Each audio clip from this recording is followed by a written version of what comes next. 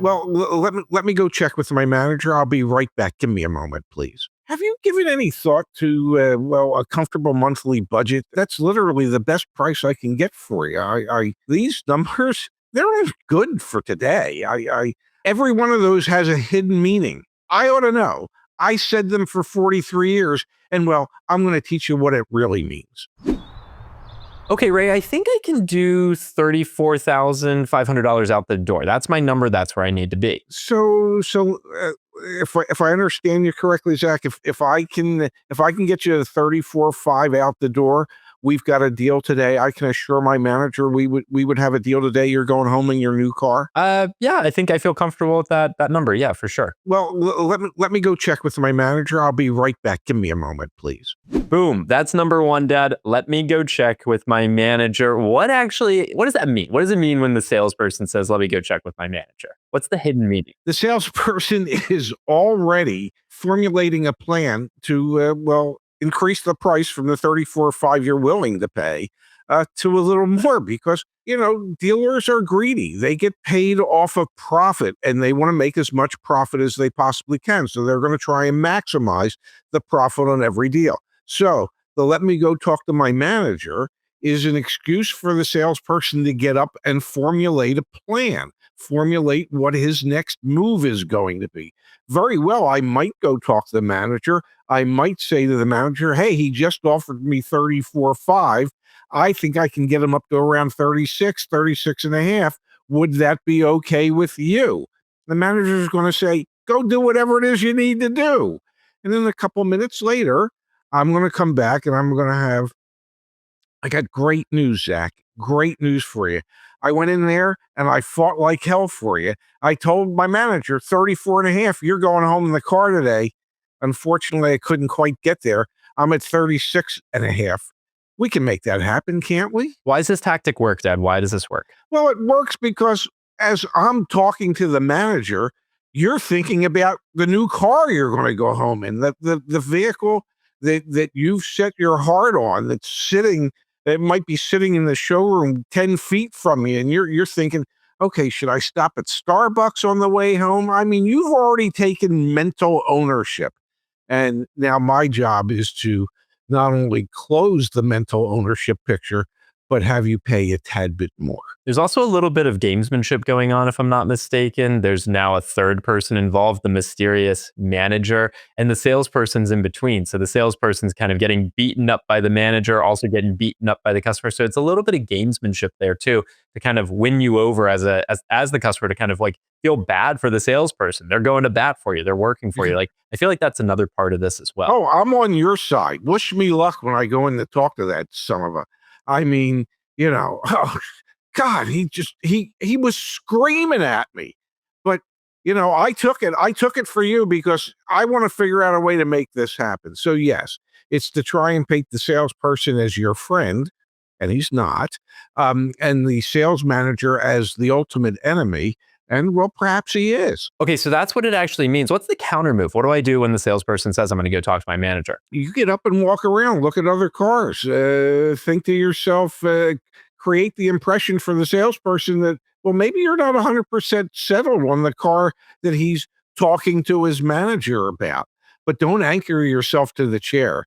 When you anchor yourself to the chair, they're figuring you've taken mental ownership. If you're wandering the showroom, they're thinking, something else might catch his eye. Is another counter move also to say to the salesperson, hey, I want to talk to your manager. If she can't come out here and negotiate with me, I'm not going to negotiate with you. That's another move you could potentially use? Absolutely, yes. All right, Ray, I'm really interested in the new RAV4 XLE. What's the price on it? What's the out-the-door price? I'll be more than happy to work that up for you in a second, Zach. But just out of curiosity, have you given any thought to, a comfortable monthly budget as to what you were hoping your payment would be? All right, there you go. That's one of the tried and tested lines that all salespeople are going to use on you, Dad. What does it really mean when they're asking you what your monthly payment is?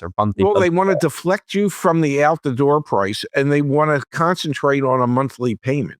Because if they concentrate on a monthly payment, you will no longer be have your eye on the total price of the vehicle. You're just going to fall for a payment. So they want to know what your budget is. That's the first thing that they want to learn. That's the first thing that the sales manager is going to ask about. How much money is the customer going to put down, and where do they want their monthly payment to be? They're always going to try to convert you to a monthly payment. So walk me through what actually happens, Dad. I tell you $500 a month. Are you just going to figure out any type of way to get to that $500? Maybe you're going to throw in products and accessories and all sorts of stuff. But, you know, I'm at my $500 a month payment, so I feel like I won. Like, walk me through what really happens. Well, what the salesperson is going to say. So let me get this straight, Zach. If I can keep you at the payment of $500 a month, since that's a comfortable monthly budget for you, um, up to what up to what 525, 550, perhaps. Okay, so up to 525. If I can keep you there, we've got a deal. What that does is it just opens up a whole new world of possibilities. I didn't mention a term. I didn't say 525 for 60 months. I didn't say 525 for 72 months.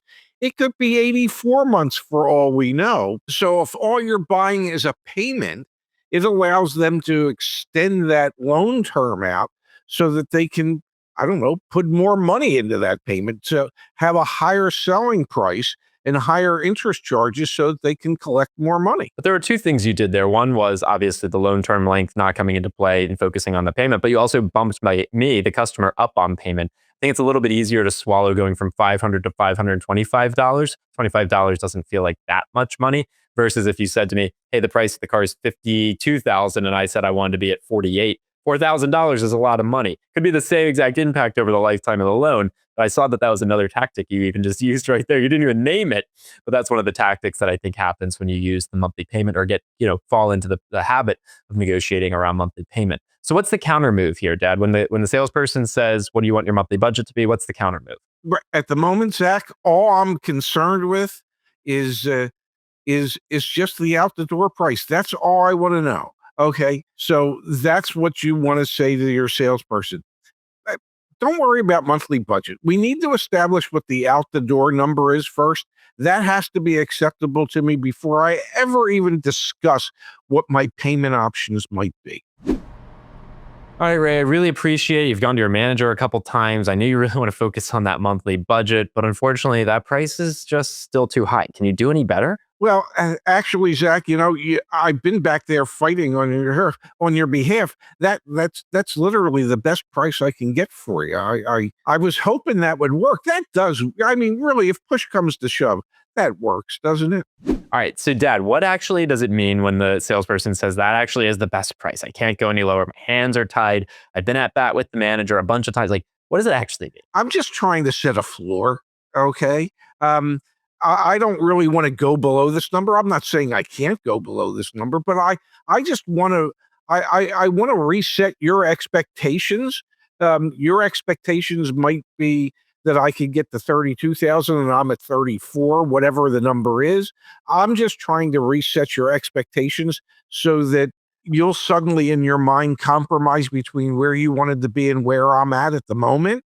And perhaps your response might be, well, if you could save me another $500, I would be willing to do it. That opens the door again for further negotiations. And Dad, we have all sorts of data that actually backs up that the persistence problem is a real one. If you give up on a negotiation after the second round, the average amount of savings is $1,160. If you go another round of negotiations, it's $1,886. If you do 4 or more rounds of back and forth negotiating, getting the dealer to lower their price more and more, it's $2,719 in average savings. So the difference between going 2 rounds of negotiations versus 4 or more rounds of negotiations is almost $1,560 between those that do 2 rounds of getting the dealer to lower their price versus 4 or more rounds of getting the dealer to lower their price. When they say it's their best price, to your point, it's trying to set some sort of price floor. Doesn't necessarily mean it is their best price. Exactly.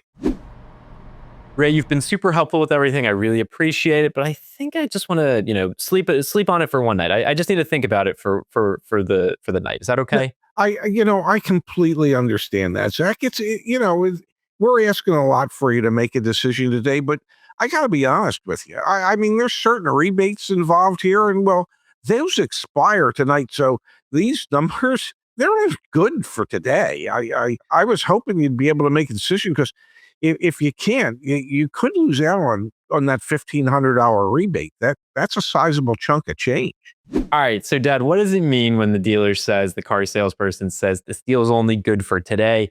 Things are going to go away tomorrow. What does that actually mean? Trying to create the fear of missing out. We want to put a certain sense of urgency on it. I'm not looking forward to closing the deal tomorrow with you. I want to close you today and close somebody else tomorrow. There's that old saying in the car business. Well, the car you want to think about today is the car somebody wanted to think about yesterday, and they could come back and buy that car today. So you need to move on it now, not tomorrow. Now, there is some nuance here. If you're going into a dealership on the absolute last day of a month, manufacturer incentive programs Yes. for new cars do reset the next day, typically into the new month. That being said, if this is being pulled on you on, I don't know, the 22nd of the month or something like that, there's some nuance here. It likely isn't just good for today. More than likely, it's not. As I used to tell customers, hey, if I still have the car and the programs are the same tomorrow, guess what? The price is good tomorrow. Yeah, the whole concept is to make you make a decision sooner rather than later. Let us know what dealer phrases we missed here in the comments down below. And as always, subscribe to the channel if you enjoyed this content. Thanks, Dad. Thank you.